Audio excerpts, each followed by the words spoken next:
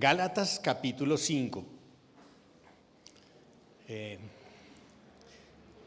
Parece que el Señor ha querido que estemos pensando en el libro de Gálatas, porque me di cuenta que el domingo pasado Germán también habló acerca de Gálatas 6. Quisiera esta mañana hacer un pequeño contexto del libro de Gálatas. ¿Cuántos de ustedes han leído el libro de Gálatas? ¿Conocen su tema, su contenido? Bueno, entonces no les será tan difícil ubicarse en él. 6 capítulos escritos por el apóstol Pablo.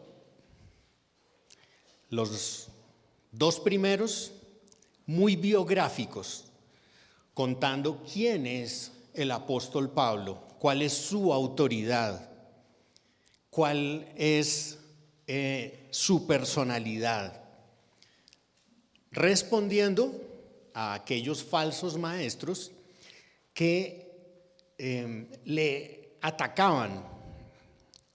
Entonces él, para establecer su autoridad como apóstol, cuenta su experiencia, cuenta de dónde viene, habla de su vida y por qué tenía autoridad para hablar.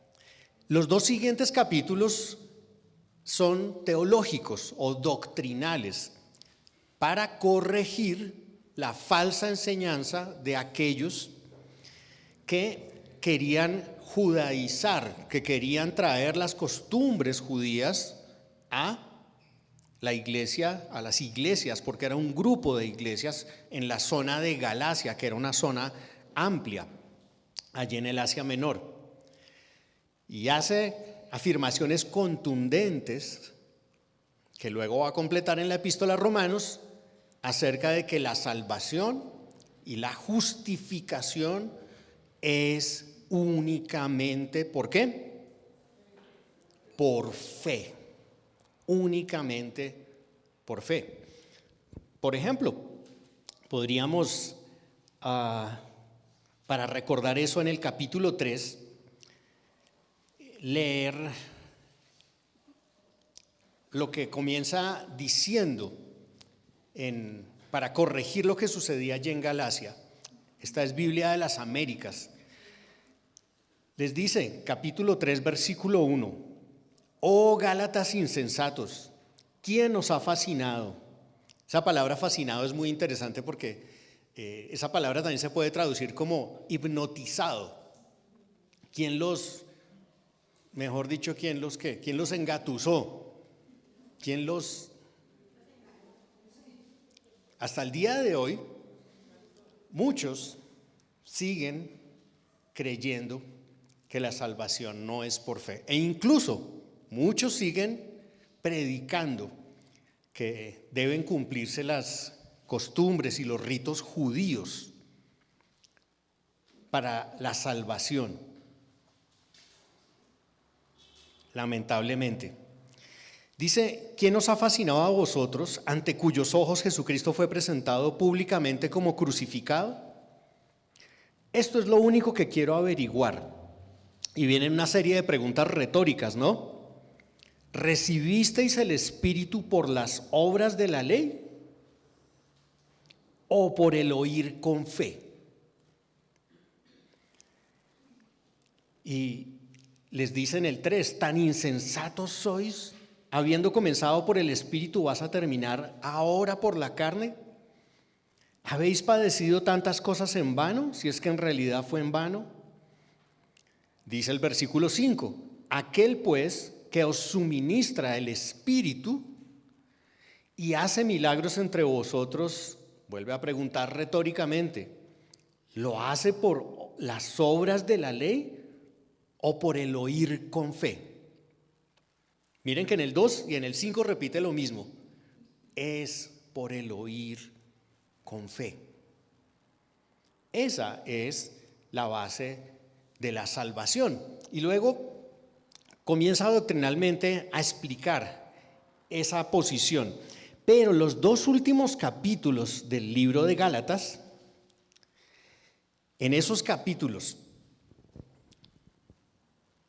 la dirección cambia un poco, porque si bien se quería afirmar que la salvación, la justificación era por fe, acá se quiere afirmar que la santificación también es por medio de la fe.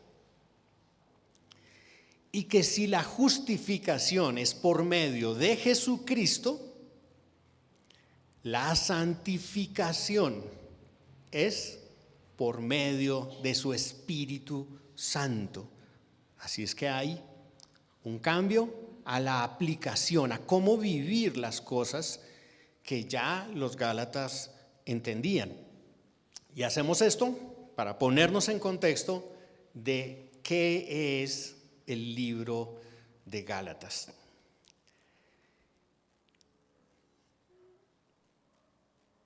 El libro de Gálatas afirma que para un creyente es imposible salvarse a sí mismo. Y afirma que también, y esta es la base de lo que quiero compartir con ustedes esta mañana, no solamente es imposible salvarse a sí mismo, sino que también es imposible santificarse a sí mismo. Así como el Señor nos ha salvado en Cristo Jesús, también nos está santificando por medio de su Espíritu. Y es igualmente por fe, y es algo que nosotros no podemos hacer. Dicho eso, pues recordemos que no podemos vivir la vida cristiana con nuestros propios recursos, así como no fue posible que nos salváramos con nuestros propios recursos. Vamos a estar, la lectura que ustedes hicieron está en Gálatas capítulo 5, entre los versos 16 y 26. ¿Hicieron la lectura? ¿O tenemos necesidad de hacerla?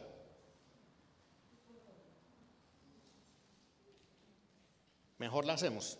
No los veo muy convencidos. Pero bueno, me alegra que estén leyendo con anterioridad el pasaje que vamos a ver. Dice en Biblia de las Américas 5:16, capítulo 5, verso 16.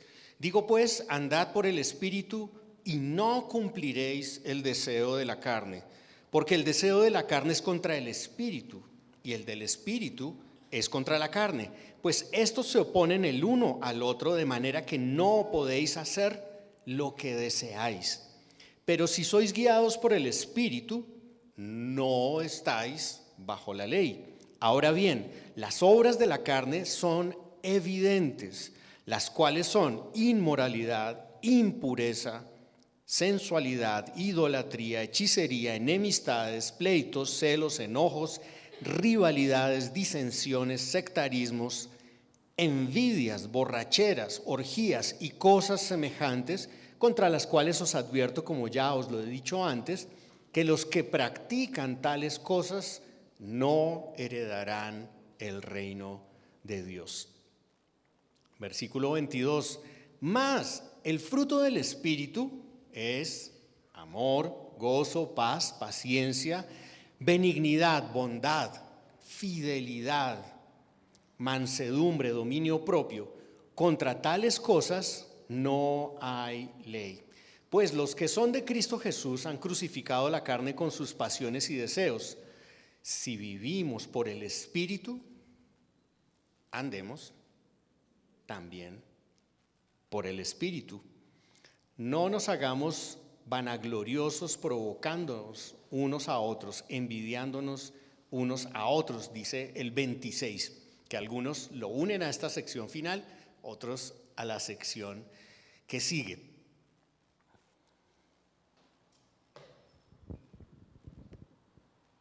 Señor, queremos en esta mañana dar gracias por tu palabra. dar gracias por tu revelación. Gracias por dárnosla a conocer. Por nosotros mismos no podríamos ni conocerte, ni entenderte, ni vivirte. Te pedimos que a través de entender hoy mejor el fruto del Espíritu, tú nos ayudes a vivir en Cristo. Te lo pedimos en su nombre. Amén. Bien, ¿qué es lo que ha venido sucediendo entonces? Que en esta sección se nos está Pablo exhortando a los Gálatas a cómo deben vivir. ¿Cómo deben hacerlo? Deben andar en el Espíritu. Hay un mandato muy claro allí que es imperativo. Y es sorprendente que él pida que andemos en el Espíritu, pero por otra parte afirme que eso no lo podemos hacer nosotros por nosotros mismos, sino únicamente en Cristo por medio del Espíritu Santo. Al estar en este pasaje, y estoy solamente contextualizando porque ya van a ver cuál es el tema de esta mañana, al decir andad por el Espíritu y no cumpliréis los deseos de la carne, continúa diciendo que el deseo de la carne se contrapone al del Espíritu. ¿Qué es la carne? En la Biblia se utiliza la palabra de diferentes maneras, pero aquí básicamente es el remanente del viejo hombre. Es aquello que no ha sido redimido y que está esperando llegar a ser cambiado, eliminado. Está esperando por su glorificación futura. Pero lo que sí deja muy claramente es que hay un conflicto. Hay un conflicto. Hay una pelea interna. Si alguna vez se ha preguntado, ¿por qué será que yo no puedo obedecer todo lo que Dios dice? ¿Por qué será que me cuesta tanto trabajo dejar de decir o de hacer o de practicar algunas cosas? Es porque hay un conflicto interno. Eso es lo que está describiendo este pasaje cuando dice que el deseo de la carne es contra el espíritu y el del espíritu es contra la carne. Se oponen el uno al otro de tal manera que no puedan hacer lo que quieran. Recordamos esas palabras de Pablo en Romanos 7, ¿no? ¿Sí recuerdan las palabras de Pablo? En 7, 18 al 23. Lo que quiero hacer, esto no hago. Y lo que no quiero hacer, es lo que termino haciendo. Veo que mis miembros se rebelan y no me hacen caso. Este conflicto es el que presenta el pasaje. Pero el versículo 18 da una respuesta a ese conflicto que dice: pero si sois guiados por el Espíritu, no estáis bajo la ley. Deben ser guiados por el Espíritu. Y también Pablo lo dice en la carta a los Romanos, que es por el Espíritu que debemos andar. Él termina diciendo después de ese pasaje: miserable de mí. Ahí sí, como decían, era en el Chapulín Colorado. Y ahora, ¿quién podrá ayudarme? Pues tenemos al Espíritu de Dios en nosotros, por el único que podemos vivir en libertad, no sujetos a la ley tratando de cumplirla, sino siendo enseñados, dirigidos, guiados por el Espíritu. Y luego se nos presentan un ejemplo de las obras de la carne y un ejemplo de las obras del Espíritu. Y digo un ejemplo porque no creo que esto sea una lista exhaustiva. Cuando se nombran todas estas obras de la carne, en el versículo 19 y en el versículo 20, termina diciendo esto en el 21, no sé cómo dice en su Biblia. En esta dice, al terminar de nombrarlas, dice envidias, borracheras, orgías y cosas semejantes. ¿Eso qué quiere decir? Que hay muchas otras cosas que no habría espacio para escribir acá, que son obras de la carne. Y de la misma manera, en el versículo 23, luego de que se dan estas virtudes del fruto del Espíritu, ¿cierto? Que todos ya se han aprendido, amor, gozo, paz, paciencia, etc. Dice en el versículo 23, mansedumbre, dominio propio, contra tales cosas, ¿qué quiere decir eso? Que hay más cosas, más obras del Espíritu. Esas son mucho más amplias. Históricamente, los cristianos se han debatido siempre entre lo que llaman quietismo y pietismo. Quietismo es rendirse al Señor y esperar a que Él haga la obra. Pietismo es buscar con todas mis fuerzas hacer la obra. Y hay una tensión allí que es necesaria entender. La solución es sencillamente no proveer para los deseos de la carne y hacer morir lo terrenal, las obras de la carne. No alentarlas, sí. Dejar de alimentarlas hasta que se mueran de hambre. Entonces, estamos ya llegando a nuestro tema. Esto solamente era una introducción. ¿Qué es el fruto del Espíritu? A veces la vida cristiana parece un interminable listado de deberes. Debo orar sin cesar, debo leer la Biblia diariamente, debo ayunar,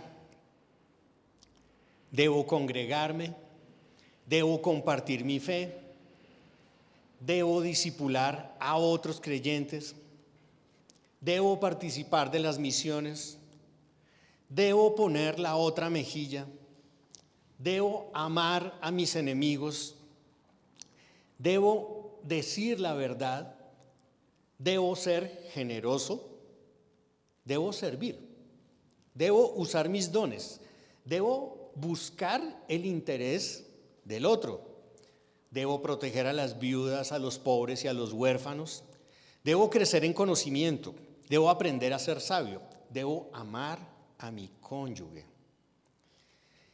debo confrontar con amor, debo educar bíblicamente a mis hijos, debo tener dominio propio, debo ser paciente, debo aprender a callar, debo.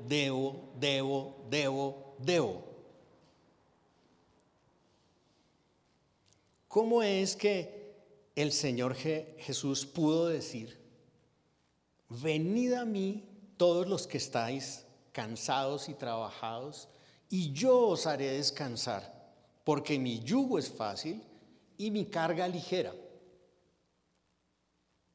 ¿A ¿Acaso todo ese listado de debos que no terminaríamos acá no es una carga que se puede convertir en una carga para mí?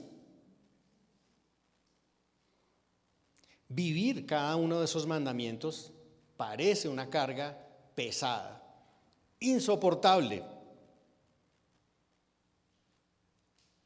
¿Alguna vez han intentado esforzarse por dejar de hacer algo que no quieren hacer?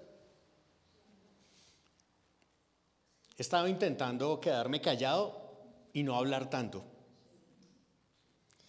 Pero mientras más me esfuerzo por no hablar y quedarme callado, hablo más. Me parece una cotorra, cállese ya.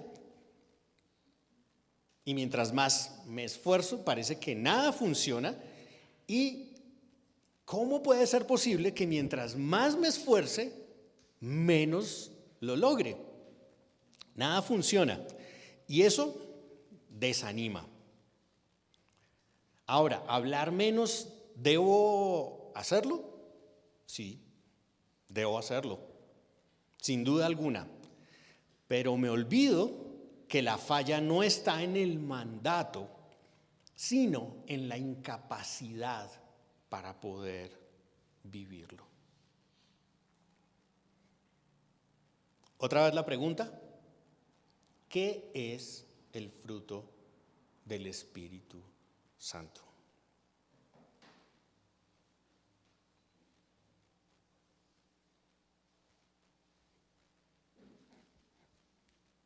Piénsenlo, tienen que tener alguna pregunta, alguna respuesta para esa pregunta.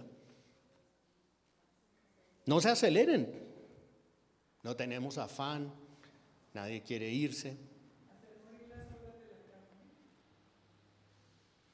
Sígalo pensando, María del Carmen.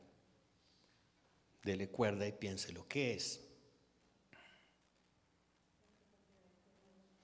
Probablemente podríamos contestar simple: el fruto del Espíritu es amor, gozo, paz, paciencia, etc.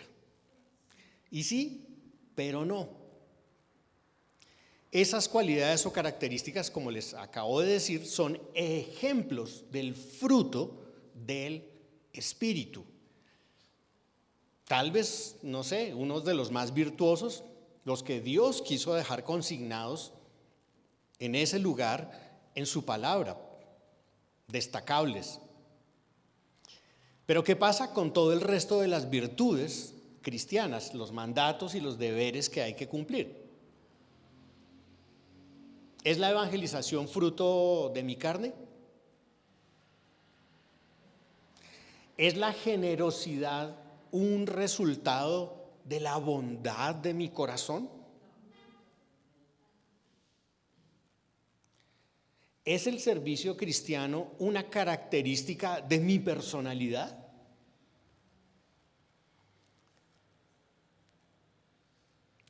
¿Es aprender a callar un resultado de mi esfuerzo? No, no, no y no. El fruto del Espíritu, les propongo esta definición, es todo obrar que el Espíritu produce en la vida del creyente.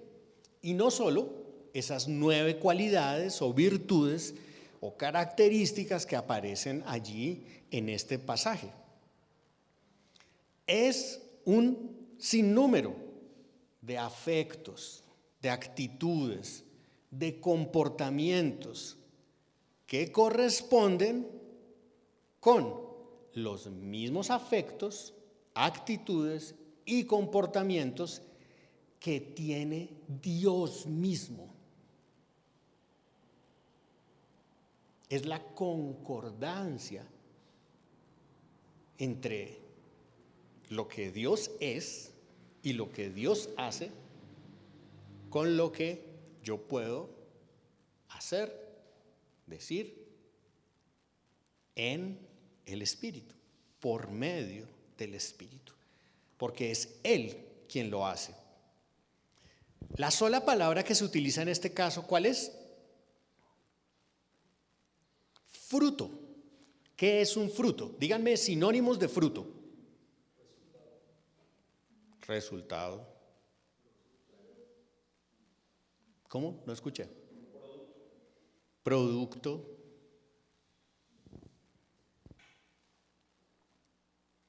Esa que nos da David me parece buena, me parece interesante. Si cambiamos fruto por resultado, ¿cómo se oiría? En lugar de decir fruto en el pasaje, diríamos más el resultado del Espíritu. Es un resultado, es algo que se produce, como dijeron por allí atrás. Fruto es el resultado del obrar del Espíritu. También podríamos decir, por ejemplo, que podríamos decir evidencias del actuar del Espíritu. O si le gusta más esta, marcas de un corazón transformado. Marcas de un corazón transformado. O cualidades que muestra una persona espiritual. Todas tienen algo en común, enfatizan que la conquista de estas cualidades no son obra mía, sino suya. Es una obra que hace el Espíritu. ¿Por qué no puedo callarme y hablar menos? Porque el dominio propio es un resultado. Es un resultado, una cualidad que no puedo vivir por mí mismo, una marca de un obrar sobrenatural y no el resultado de un esfuerzo propio que puedo adquirir. Entonces, ¿cuál es la tarea? La tarea es estar lleno de su Espíritu. Y los frutos y el resultado comenzarán a desarrollarse de diferentes maneras, a diferentes velocidades, en diferentes circunstancias, pero todos ellos han de comenzar a desarrollarse. Y el fruto del Espíritu es algo que Dios espera que se desarrolle en todos los creyentes. Todas esas cualidades, virtudes que están allí, deben desarrollarse en nosotros. ¿Pero cómo? No persiguiéndolas, sino siendo llenos de Él, exponiéndonos a Él todo el tiempo. ¿Cómo? Por medio de las disciplinas espirituales. Y eso sí lo tengo que hacer yo. Yo tengo que ir a la palabra. Yo tengo que acudir a Dios en oración. Yo debo congregarme. Debo velar. Debo meditar. Debo hacer muchas cosas que contribuyen a que yo esté expuesto a Cristo para ser lleno del Espíritu. Y entonces vengan como resultado estos frutos espirituales. O si se quiere, fruto del Espíritu, ya que es solamente Él el que lo puede producir. Más lleno del Espíritu, entonces podré tener más dominio propio para hablar menos. El enfoque no está en el deber, sino en el estar lleno de Él. Hoy quisiera que pensáramos un poquito en esa primera virtud que aparece ahí en el versículo 22. Dice, mas el fruto del Espíritu es amor. Y si el Señor lo concede, podremos de pronto llegar hasta las demás. ¿Qué tiene un multimillonario? Mucha plata, mucho dinero. ¿Qué tiene un cristiano?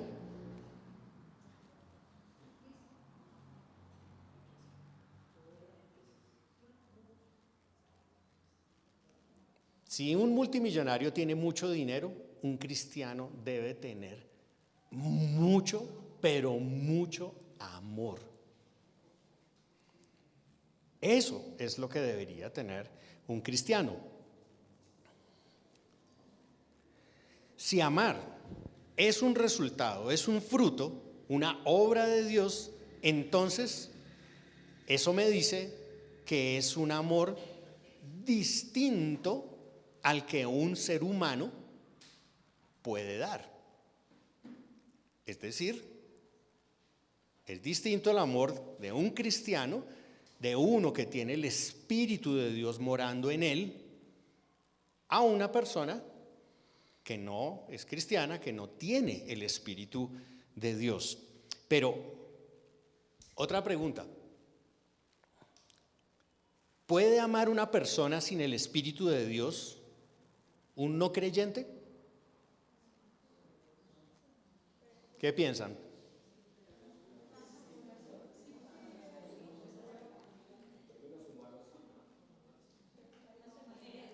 El 45% está de acuerdo y el 55% está en desacuerdo.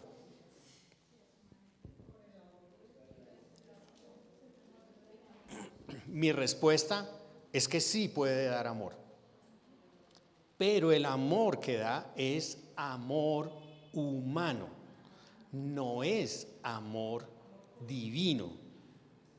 No puede dar amor divino, ¿por qué? Porque no lo tiene.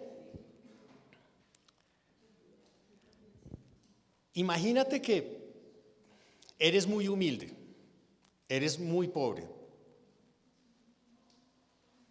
pero tú quisieras ayudar a este mundo perdido en obras humanitarias, ayudando a personas necesitadas, pero no tienes recursos. ¿Puedes ayudarlos económicamente? No puedes, ¿cierto? Pero si te ganas la lotería o recibes una gran herencia y pasas como las novelas de hoy en día, de mendigo a millonario, ¿podrías ayudar? ¿Por qué? Sencillamente porque has recibido más de lo que necesitas y entonces puedes compartir. Esto mismo es lo que le sucede al cristiano.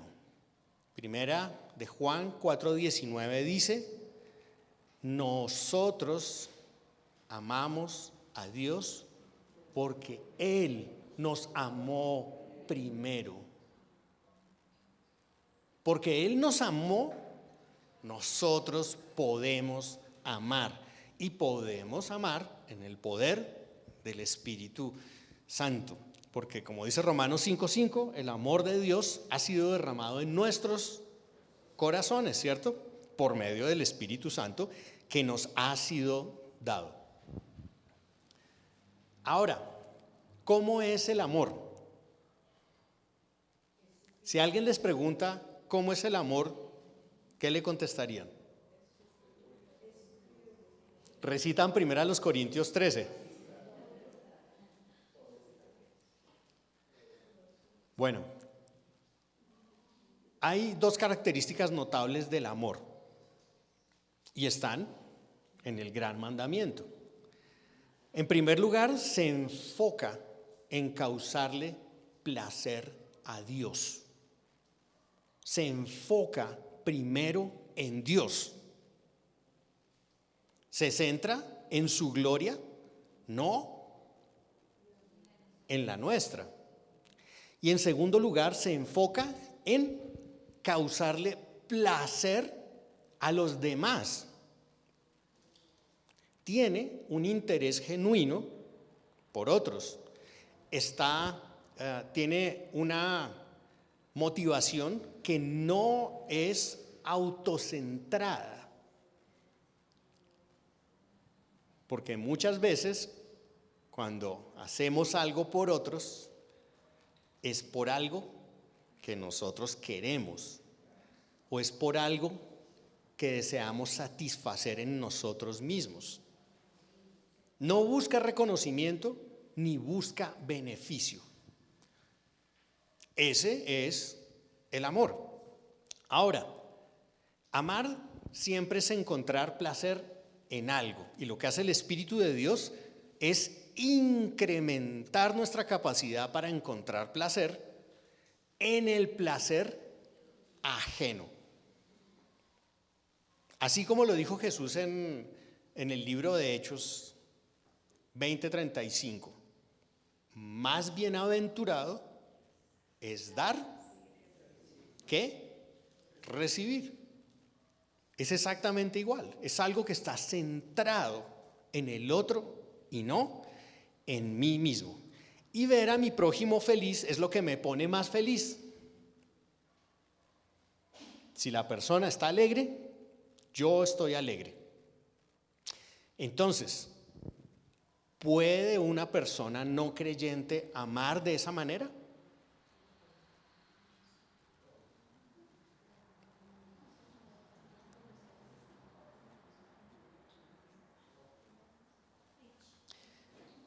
Una madre que tiene sus hijos y es feliz, todas las que son madres o todos los que son padres, ¿cómo se siente cuando ve a sus hijos felices?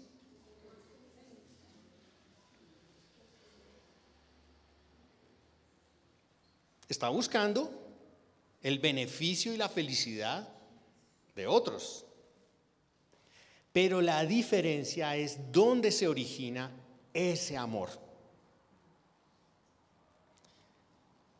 La diferencia es que lo que origina ese amor y el número de personas que se puede alcanzar de esa manera es limitado.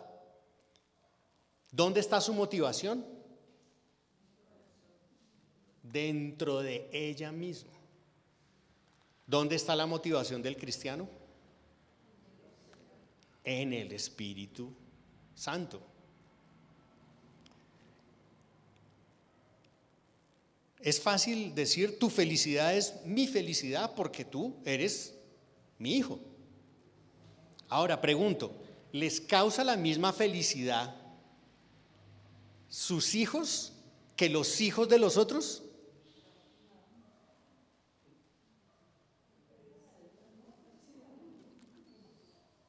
Las mamás con mayor certeza dicen, es que son mis hijos.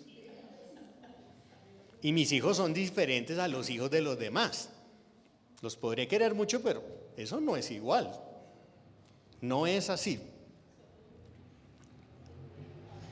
Los hijos de los otros no me causan el mismo nivel de alegría. Pero recuerden lo que dijo Jesús. Si aman a los que los aman, ¿qué recompensa tienen? ¿Acaso no hacen lo mismo los recaudadores de impuestos? ¿No hacen lo mismo los paganos? ¿Qué mérito hay en amar de esa manera? Según las palabras de Jesús, ninguno. Ninguno. Y ese amor no sería, en ese sentido, fruto del Espíritu. Porque viene de una motivación interna y no del Espíritu. Un pagano puede hacer lo mismo. ¿O no conocen ustedes incrédulos que no conocen a Cristo y aman a su esposa y aman a sus hijos? Entonces, ¿cuál es la diferencia? La persona llena del Espíritu desarrolla un amor que no está ligado al vínculo que tiene con esa persona, con quien se relaciona y se goza. Entonces, ¿de dónde nace el amor? Del Espíritu. Si amamos espiritualmente, automáticamente vamos a amar no solamente a los que nos aman, no solamente a los de mi familia, no solamente a los de esta congregación local, ¿cierto? Sino que mi amor se va a extender hacia muchísimas más personas. Y el gozo de ese amor se va a incrementar. Cuando hablo con las personas que, ustedes saben que yo tengo un afecto especial por las misiones, cuando hablo con algunas personas, es difícil a veces entender cómo es que pueden amar a personas que están al otro lado del mundo, que no conocen y no tienen ninguna relación con ellos. ¿De dónde viene ese amor? Es un amor motivado por el Espíritu que ha llevado a un creyente a amar más a Cristo. Y al amar más a Cristo, ama lo que Cristo ama. Y como Cristo ama las almas y ama a sus escogidos, entonces en el Espíritu es posible amar incluso a personas que nunca hemos visto. Bueno, amar a un enemigo, ¿cómo les parece esta frase? Amar a un enemigo nunca es un acto desagradable.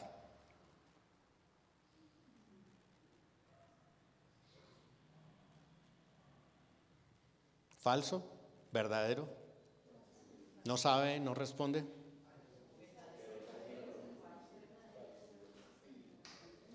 Se la repito, amar a un enemigo nunca es un acto desagradable.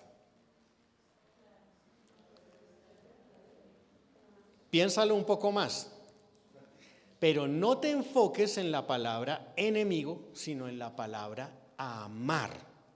Amar. Amar siempre es algo atractivo, siempre es algo placentero, siempre es algo gozoso y siempre es algo grato.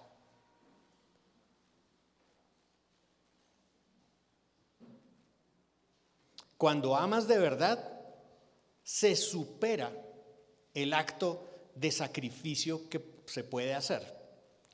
Se supera la amargura o la pena que eso pueda encarnar. El placer de amar minimiza el sacrificio que demanda.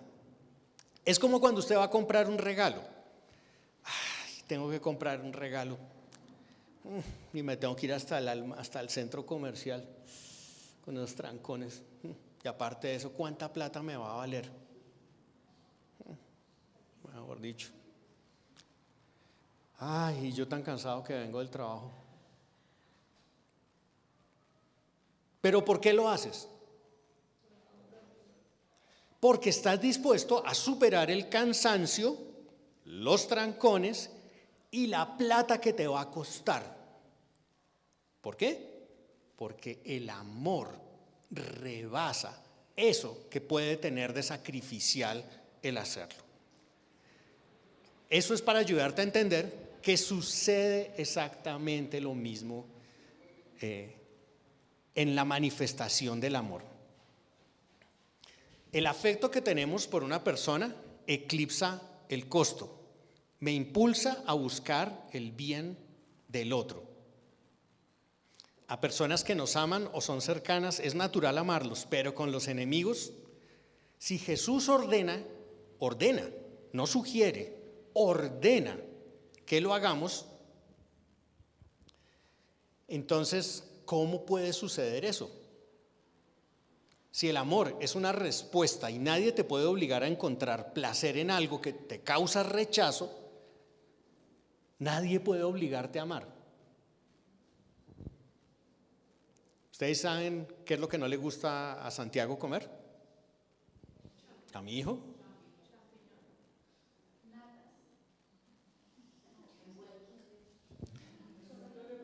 Santi aborrece los champiñones.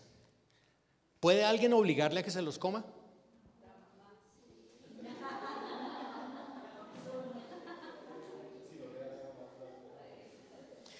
Tal vez, tal vez.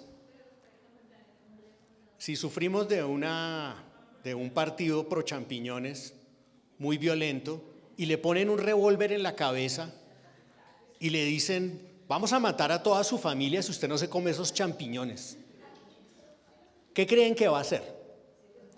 No le pregunten a él, no le pregunten a él, contéstenme ustedes. Si no, no me sirve la ilustración. Yo creo que se los va a comer para salvarse él y salvar a su familia. Pero, ¿ama él los champiñones? No, no.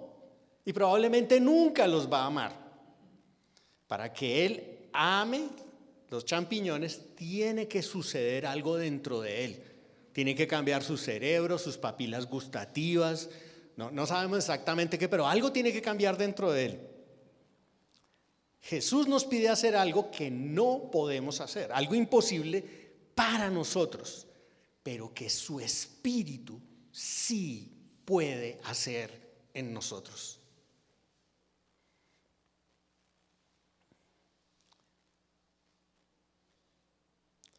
El Espíritu Santo sí puede meterse en tu corazón y en el mío y cambiar tus gustos y deseos, y ya lo ha hecho. Estoy seguro que algunos de ustedes podrían dar algún testimonio de algo que ustedes antes no hacían y ahora sí hacen. De algo que hacían y pensaron que nunca iban a poder dejar de hacerlo. Y dejaron de hacerlo. ¿Hay alguien aquí así? El Espíritu Santo obra. Por nosotros es imposible, pero Él cambia gustos y deseos y evidencia su poder y su presencia en cosas que naturalmente nosotros nunca hubiéramos hecho.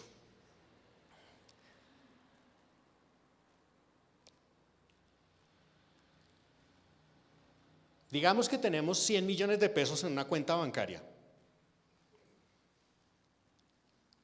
y me roban de esa cuenta bancaria 10,000 pesos. ¿Cómo te sentirías?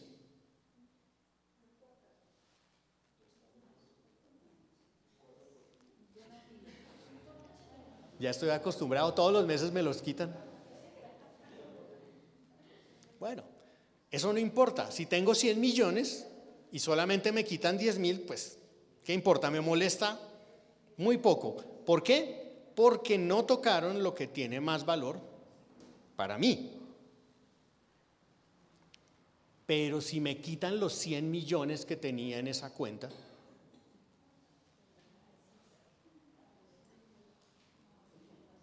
¿será diferente? Al amar a las otras personas necesitamos que nuestros valores cambien. Que no sea como si nos hubieran quitado 100 millones, sino como si nos hubieran quitado solamente 10,000 pesos. ¿Y eso cómo cambia?